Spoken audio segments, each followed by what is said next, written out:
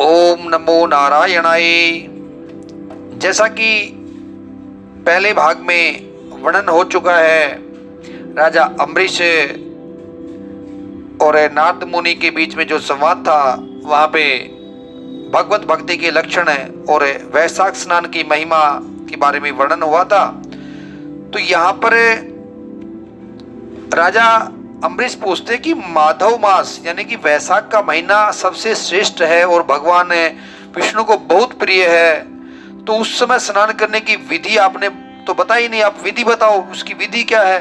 वैशाख मास में किस वस्तु का दान देना चाहिए, कौन सी तपस्या करनी चाहिए और किस देवता का पूजन करना चाहिए, तो कृपा करके ये हमें पूरी जानकारी दो। तो नारद मुनि यहाँ पे कहते हैं कि जैसा कि पूर्व काल में ब्रह्मा जी ने बतलाया था, वो बात मैं आपको कह रहा हूं। और पहले तो जीव का भारतवर्ष में जन्म होना ही दुर्लभ है, यानी कि इस भारत देश में जन्म होना, बड़े पुण्य उदित होते हैं तभी ऐसा होता है। और वहां पर भी कोई दूसरी योनि नहीं मिली, भगवत कृपा से हमें मनुष्य की योनि मिली, तो ये भी भगवान की कृपा है।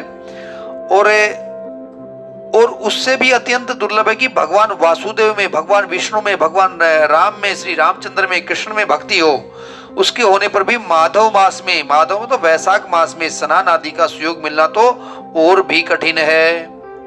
और ये जो वैशाख का महीना है वो भगवान लक्ष्मीपति को बहुत प्रिय है।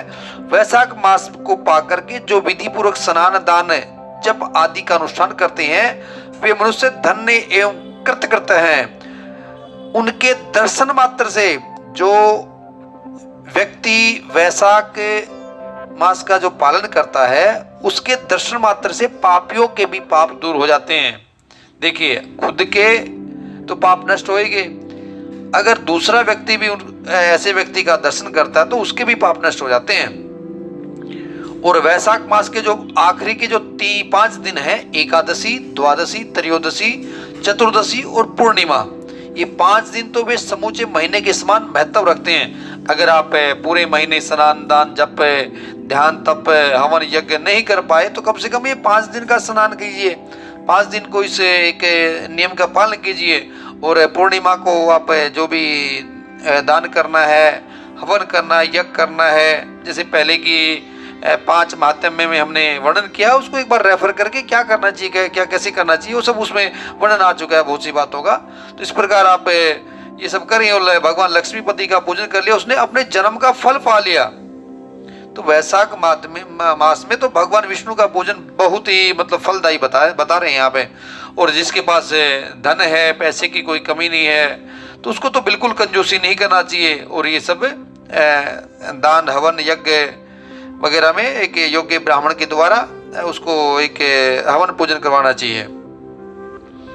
आगे कहते हैं कि राजन श्री विष्णु की कृपा से ये जो अच्छे कुल में जन्म, अच्छी मृत्यु, श्रेष्ठ भोग, सुख, सदा दान करने में अधिक प्रसन्नता, उदारता, उत्तम धैर्य, ये भगवान विष्णु की कृपा से ही प्राप्त होते हैं। जो कार्तिक में, माघ में और वैशाख में प्रिय लगने वाले वैशाख मास में स्नान करके मधुहंता लक्ष्मीपति भगवान विष्णु की विधि विधान से पूजा करता है और अपनी शक्ति के अनुसार दान देता है, वह मनुष्य इस लोक का, इस पृथ्वी लोक पे, इस भूलोक पे, इस लोक का सुख भोग करके अंत में श्री हरि के पद को प्राप्त करता है। हे भूप, हे राजन, जैसे सूर्योदय होने पर अंधकार नष्ट हो जाता है, उसी प्रकार वैशाख मास में प्रातः स्नान करने से अनेक जन्मों की उपार्जित पाप राशि नष्ट हो जाती हैं। सूर्योदय से पहले स्नान कीजिए, सूर्योदय से पहले स्नान कीजिए, सूर्योदय से पहले स्नान करके भगवान मुकुंद की पूजा करनी चाहिए। आगे व्रत के बारे में बताते हैं, अगर किसी को ये वैशाख व्रत करना है, किसी को इच्छा है, तो बोलते हैं कि चैत्र पूर्णिमा को इस व्रत का आरंभ करना चाहिए। और व्रत करने वाले पुरुष को यम नियमों का पालन करना चाहिए, शक्ति के अनुसार कुछ दान देना चाहिए, हविष्यान्न भोजन करना चाहिए, भूमि पर सोना चाहिए और ब्रह्मचर्य का पालन करना चाहिए। हमने स्कंद पुराण से भी एक कुछ पहले वीडियो डाले हैं, उसमें भी यही वर्णन है कि आप वैशाख मास के क्या नियम होते हैं, उसका भी वर्णन वहीं पे भी ऐसा ही वर्णन यहाँ पे दिया। उसके बाद कहते हैं कि वैशाख की पूर्णिमा आए उस दिन मधु तथा तिल आदि का दान करें।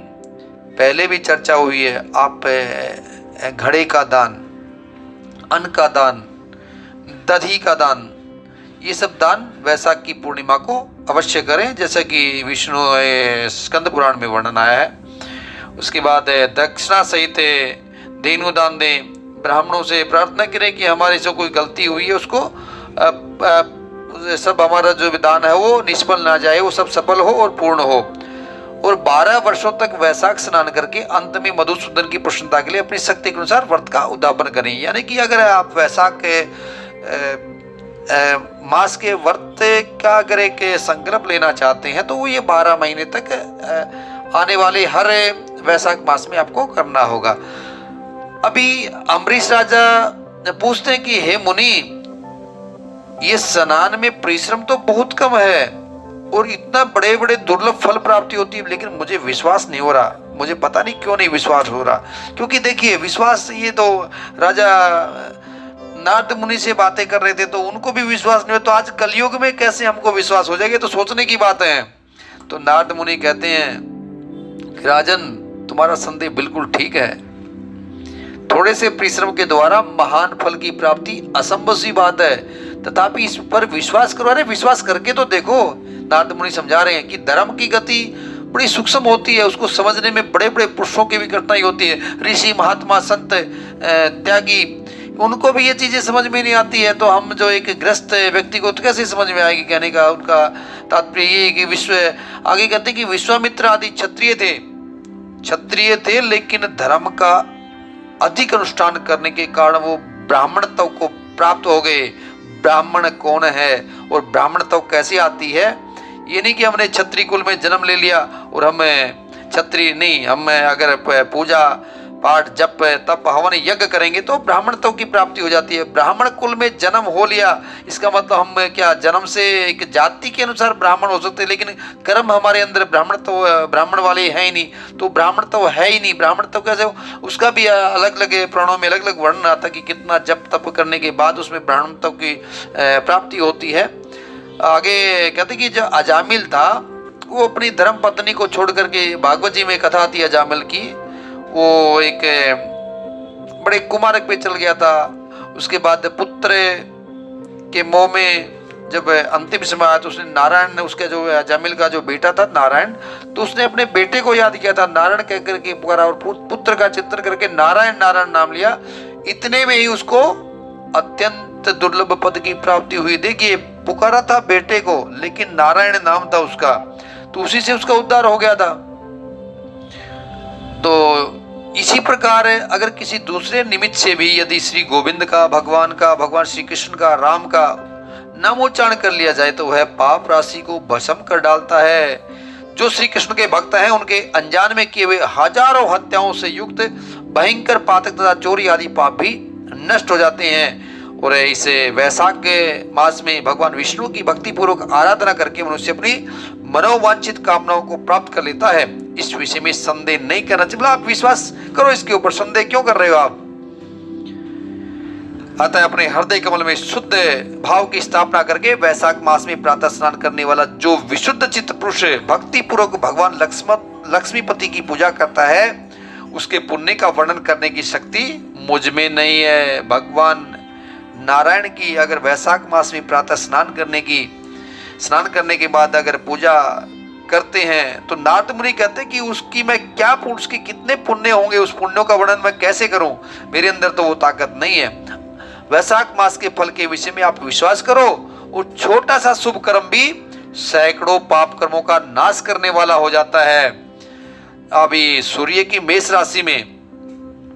राशि में स्थित होने पर समय प्रातः काल करने से तथा तीर्थ में भगवान की स्तुति करने से भी समस्त पापों का नाश हो जाता है। आप तीर्थ में नहीं जा पा रहे हैं, घर पे भी अगर सुबह गंगा जल डाल करके या घर पे भी अगर गंगा गंगा गंगा बोलते हुए अगर स्नान करते हैं, हर हर गंगे बोलते स्नान करते हैं। मेष राशि में क्या है, जो सूर्य हैं वो अपना उच्च के होते हैं, तो ये ज्योतिष के हिसाब से तो इसका बड़ा प्रभाव है। ये 1 महीना जो मेष राशि में रहेंगे तो उसका बहुत ही बड़ा उसका प्रभाव आएगा। थोड़ा सा भी कुछ दान पुण्य हवन यज्ञ तप हवन अनुष्ठान कर लिए, उसका तो कभी क्षय होगा ही नहीं, वो तो जन्म जन्मांतर का अगर आगे तक चलता रहेगा और पता नहीं कौन से जन्म में वो काम आएगा।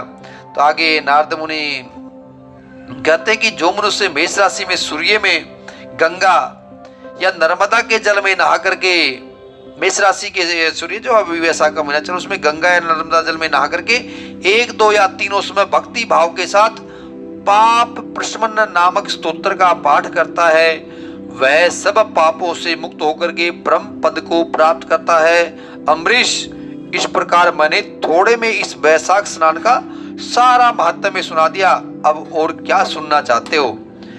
अभी पाप प्रशमन ये जो स्तोत्र है उसके बारे में आगे अम्बरीश मुनि पूछते हैं कि ये जो आपने स्तोत्र बताया है जिससे पूरे के पूरे पाप नष्ट हो जाते हैं और मनुष्य परम पद को प्राप्त होता, तो वो मुझे सुनाने की कृपा करें।